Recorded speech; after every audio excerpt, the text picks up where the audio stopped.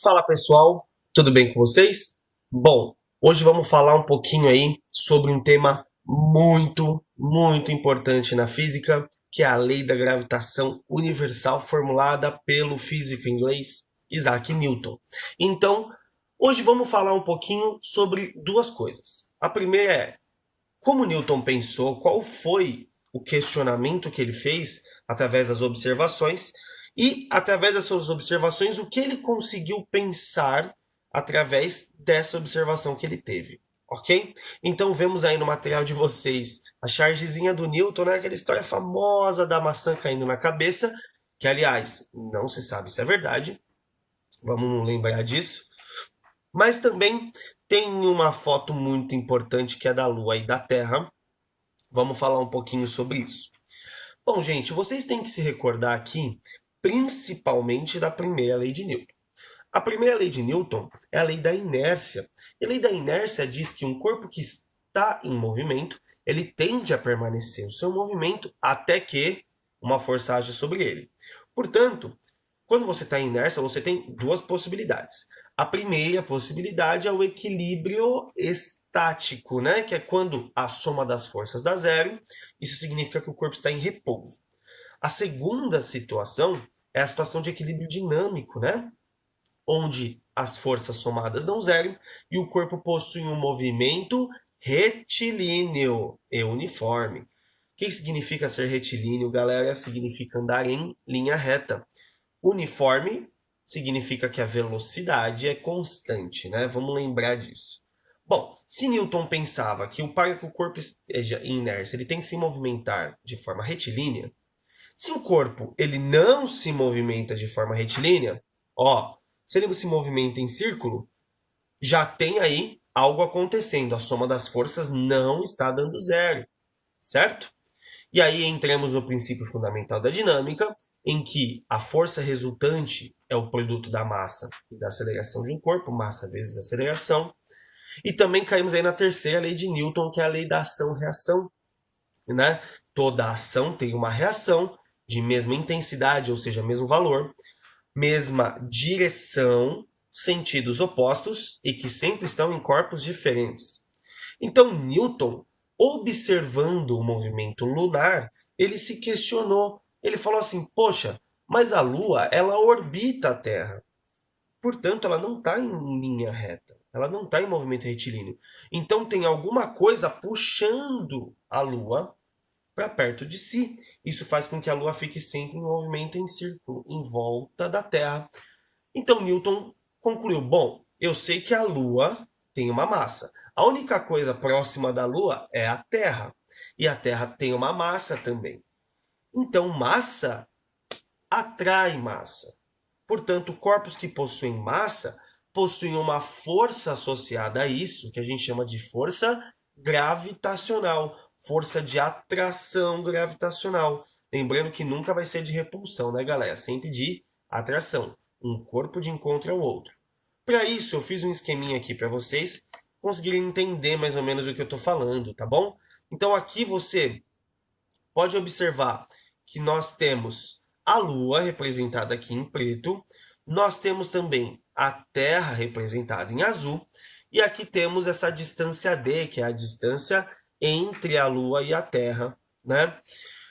Um questionamento que eu quero fazer para vocês, pessoal. Já expliquei que corpos que possuem massa se atraem. Então, eu vou só representar aqui a massa da Lua como Mzinho e a massa da Terra como Mzão, só para a gente poder diferenciar, tudo bem? Dessa forma, olha a pergunta que eu vou colocar para vocês aí. A massa da Terra e a massa da Lua a gente já sabe que se atraem. Se eu aumentar essa distância, essa atração aumenta ou ela diminui, galera? O que vocês acham, hein? O que vocês acham? Pensaram numa resposta? Quem pensou que a força, né, que essa atração diminui, acertou.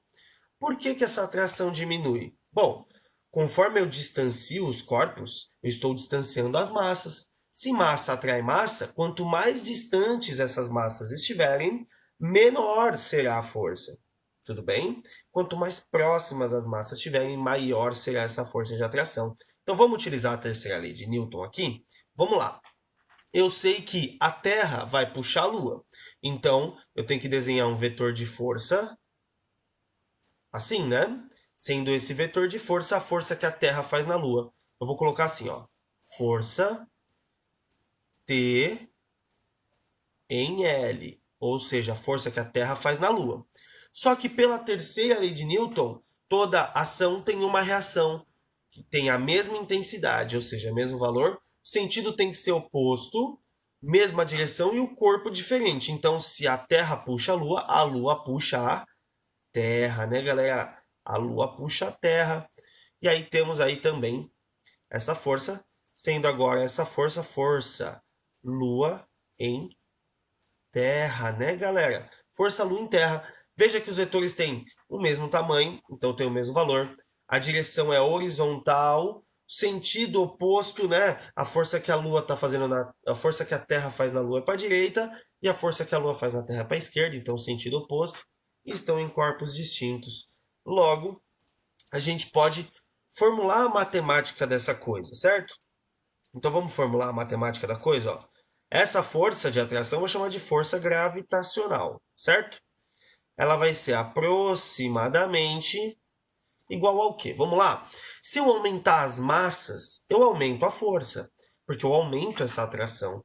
Portanto, força e massa são grandezas diretamente proporcionais. Diretamente significa que elas possuem aí uma relação de quando uma aumenta, a outra aumenta junto. Então, força gravitacional é igual a massa de um corpo vezes a massa do outro, dividido pelo quê, galera? Pelo quadrado da distância. Quadrado. Não pode esquecer que essa distância está ao quadrado, hein, galera? Então, por que a distância está aqui embaixo? Vamos pensar matematicamente? Olha só. Se eu aumentar o valor dessa distância, se eu distanciar mais os corpos, significa que a força de atração gravitacional, ela reduz. A força reduz. Isso mesmo, só que reduz de forma quadrática, né? Então, vamos tomar cuidado. Força gravitacional, m1 vezes m2 dividido pela distância entre m1 e m2 ao quadrado. Essa é a matemática da lei da gravitação. Vamos só recordar? Unidade de medida de força, galera, é o que mesmo? Newtons. Newtons de força. Qualquer valor de massa deve ser dado em quilogramas. Quilogramas, não pode esquecer, hein? E qualquer valor de distância no sistema internacional deve ser dado em, não podemos esquecer, metros. Tudo bem? São as unidades de medida dessas coisinhas aqui. Sim, emisão também em quilo, né, galera? Também é massa. Tudo bem, pessoal? Essa é a nossa parte teórica. Agora vamos dar uma olhadinha nas questões que a gente vai trabalhar aí, tá bom? Então, vamos lá. Vamos dar uma olhada aqui. Apostila. Apostila. As questões que a gente vai trabalhar, pessoal, são essas questões aqui, tá? Ao fim da aula, eu vou passar alguns exercícios para vocês resolverem. Então, acompanhe essa resolução que vai ser muito boa para você entender as questões que você vai fazer. Então, eu vou aqui finalizar. Vou startar aqui direto nessa questão para a gente resolver em conjunto, ok? Então, vamos lá. Questão de número 1. Para desenvolver a lei da gravitação universal, Newton partiu de qual questionamento? Pessoal, vamos lá. O que a gente discutiu em relação aos questionamentos? Que o Newton questionou o movimento Terra-Lua. Então você pode responder isso daqui como movimento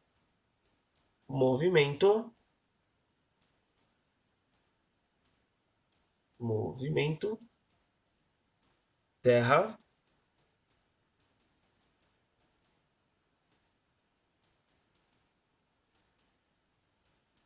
Lua. Beleza? Movimento Terra-Lua. Se você quiser dar uma resposta mais completa, você pode falar assim: Newton questionou por que a Lua faria um movimento circular, né? Newton questionou por que a Lua não seguia em linha reta, assim como ele previa na lei da inércia. Tudo bem? Esse foi o questionamento do Newton. Vamos ver aqui a questão número 2. Qual situação que não se sabe se é verdadeira inspirou Newton a provar que massa atrai massa? Galera, aquela historinha antiga e muito contada aí sobre a maçã cair na cabeça do Newton, né? Porque, poxa, se Newton tem um corpo, ele tem uma massa, e a maçã tendo outra massa, a maçã cair na cabeça dele significa que a cabeça dele atraiu a maçã e a maçã atraiu a cabeça dele. Então, massa atrai massa. Nessa questão aí, qual é a situação? História da maçã. História da maçã, tá bom, pessoal? Que não se sabe se é verdadeira, tudo bem? Então, essas são as respostas das questões 1 e 2. Vamos ver agora a questão número 3. Questão número 3 aqui, ó. Qual foi a contribuição de Henry Cavendish para a lei da gravitação universal? Pessoal, Henry Cavendish foi um físico muito importante, tá? Vou aproveitar essa questão para falar um pouquinho dele. Foi um físico britânico muito importante que, além de equacionar, pensar sobre, na verdade, a equação da lei da gravitação, ele formulou experimentos para isso. E ele era muito conhecido porque as medidas que ele tirava dos experimentos eram muito exatas. Então, ele era um físico com uma alta precisão nas suas medidas, nos valores que ele tirava de seus experimentos. E ele pensou aí num experimento chamado de balança de torção, tá? Vem uma curiosidade, a balança de torção para analisar a constante gravitacional, que a gente chama de Gzão, que entra aqui na nossa equação, mas que a gente não vai trabalhar com ela nesse momento, tá bom? Fiquem tranquilos em relação a isso. Mas qual foi a contribuição de Henry Cavendish para a lei da gravitação universal? Você pode vir aqui na sua teoria, ó, e pensar aqui sobre essa historinha contada do Henry Cavendish. Ele era um físico, descobriu o hidrogênio, olha só como ele era importante, físico e químico, né? E por ter medido a constante gravitacional juntamente com a densidade do planeta Terra. Então, aqui a exatidão nas medidas, ó, que eu tinha falado, importante. Então, ele foi um físico muito importante. Aqui a pergunta acerca dele é: qual foi a contribuição para a lei da gravitação? Então, você não vai falar sobre a descoberta do hidrogênio, sobre a densidade da Terra, você vai falar única e exclusivamente da determinação da constante gravitacional. Então, a gente pode falar aqui por que ele foi importante. Ele determinou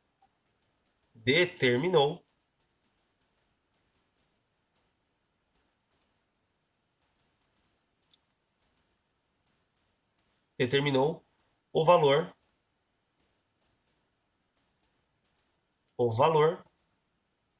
da constante. Constante. Então é um valor que não muda, né, galera? A gente não vai trabalhar nesse momento, fiquem tranquilos, tá bom? Constante gravitacional. Constante gravitacional, chamada de Gzão. Muito importante, beleza? Vamos ver agora a questão de número 4. Questão número 4 fala o seguinte, ó. Se a força de atração gravitacional entre dois corpos a uma distância dzinho vale 100, então a força é 100, qual será o valor dessa força entre os mesmos corpos, ó, mesmos corpos, quando separados a uma distância 2D? Então veja, coloquei dois corpos aqui e medi a força. Coloquei dois corpos a uma distância D e medi a força. Deu 100. Depois eu vou distanciar para 2D. Eu quero saber o que vai acontecer com a força quando eu faço isso, certo? Para a gente resolver essa questão, eu vou aqui de novo, porque tem mais espaço, e a gente vai primeiro anotar os dados que a questão fala, tá bom? Então eu tenho dois corpos, então eu vou colocar... Opa, deixa eu fechar aqui. Então eu vou colocar os nossos dois corpos aqui, ó. Corpo 1, vou chamar esse cara aqui de corpo 1, e vou colocar ao seu lado o outro corpo. Não precisa ser igual, tá, galera? Ele não falou que os corpos são idênticos. Ele falou? Deixa eu ver aqui. Acho que ele não falou. Não, ele só falou que são os mesmos corpos da primeira para a segunda situação, mas não falou que eles são idênticos, né? Então, corpo 1, corpo 2 vão ser colocados a uma distância que a questão chama de D, certo? E a gente sabe que corpos que possuem massa sofrem atração gravitacional, né? Então, eu vou montar aqui para essa nossa primeira situação a expressão de força gravitacional, ó. Força gravitacional vai ser igual a quem? Emão, vai chamar de M1, mais Mzão2, que são as massas dos corpos 1 e 2, dividido pela distância entre eles, que é D, ao quadrado. A questão fala que quando eles estão a uma distância Dzinho, a força é 100, ó. Vou ler de novo. Se a força de atração gravitacional entre dois corpos a uma distância D é 100, então pega lá. Este valor aqui, ó, de força é 100. Então eu vou colocar aqui que 100 é igual a Mzão1 vezes Mzão2 dividido pela distância Dzinho ao quadrado, né, galera? Aí o que, que acontece da situação para a situação 2? Olha, a questão fala, qual será o valor dessa força? Então temos uma nova força entre os mesmos corpos quando separados a uma distância 2D. Vamos ver aqui, pessoal. Agora eu vou pegar os mesmos corpos, então de novo temos o corpo 1 aqui, de novo temos o corpo 1 aqui, e o corpo 2 vai estar uma distância maior dele agora, né? O corpo 2 vai estar uma distância maior, que ele chamou de 2D. Então vamos anotar aqui, ó, no nosso desenho. Galera, sempre faz um desenho para não se perder, hein? Sempre faz um desenho para não se perder. Agora é 2 vezes esse desenho que eu tinha, ok? As massas continuam sendo Mzão1 e Mzão2. Então, não sei o valor dessa nova força. Como eu quero calculá-la, eu vou chamar de x. É nossa pergunta, né? Então, o nosso x, que a força é igual de novo, M1 vezes M2. Só que agora não vai ser dividido por d quadrado, vai ser dividido por 2d ao quadrado, certo? Olha a matemática aqui agora, hein, galera? O nosso x é igual a quem? Vamos lá. M1 vezes M2 dividido por... Lembra como resolve isso, pessoal? Vamos fazer juntos? Ó, dois números se multiplicando ao quadrado. Você vai levar os dois caras ao quadrado. Então, primeiro 2, vamos lá. 2 ao quadrado, que é 2 vezes 2, 4. Vezes d elevado ao quadrado, não tem o que fazer. É d elevado ao quadrado. Ok? Vamos dar continuidade do lado de cá. Agora, galera, nosso x, olha a sacada que a gente vai ter aqui agora, hein? Ó, tá vendo que M1 vezes M2 dividido por D quadrado é a mesma coisa que eu tenho aqui? A única diferença é que eu tenho o 4 aqui embaixo multiplicando. Então eu vou tirar esse 4, ó, 1 sobre 4. 1 sobre 4 multiplicando a mesma coisa, M1 vezes M2 dividido agora por D quadrado. O que, que eu fiz daqui para cá? Eu só tirei esse 4 da conta para você poder visualizar. Ó, 1/4 vezes isso é a mesma coisa que isso, é igual, tá bom? Só tirei esse 4 que está multiplicando D para fora, aqui como 1/4, para você visualizar aqui, ó. Ó, acompanhe, hein? Isso daqui é igual a quanto? 100. Está vendo que essa parte circulada em vermelho é a mesma que eu tenho aqui? Então, o que, que eu vou fazer? Ó? Se essa parte que está circulada em vermelho é igual a 100, no lugar disso que está circulado em vermelho, eu vou substituir por 100. Ó. Isso daqui ó, não é igual a 100? Então, eu vou substituir tudo isso aqui por 100. O x vai ficar 1 sobre 4 vezes 100. Porque a questão me falou. Agora, a minha conta é 1 sobre 4 vezes 100, ó, 100 vezes 1, 100. Dividido por 4. Tudo bem, galera? Então, quanto que é 100 dividido por 4, pessoal? 100 dividido em 4 partes dá 25, né? 25. Essa nova força vale 25 newtons. 25 newtons. essa é a resposta da nossa questão. Galera, presta atenção. Lembra que eu falei que aumentando a distância a força diminuiu? Tem que diminuir, né? Porque eu estou afastando as massas, ó. Se com a distância D o resultado é 100, quando eu coloco 2D, o resultado foi para 25. Tudo bem, galera? Então, essa é a resposta. Esta é a resolução da questão de número 4 aí da apostila de vocês. Tá legal? Então, dá uma olhadinha de novo aqui, ó. Olha bem, entenda o que a gente fez, ó, desenhamos as duas situações e aplicamos duas vezes a equação da lei da gravitação. Tudo bem? Então, galera, essa é a aula de hoje. O que eu quero que vocês façam? Eu vou colocar nesse documento, desse vídeo aí na plataforma para vocês, os exercícios que vocês devem resolver, a página e os exercícios que vão seguir essa linha de raciocínio dessas 4 questões que fizemos. Tudo bem? Então, tchau para todo mundo, galera. Tô morrendo de saudade. Um beijo.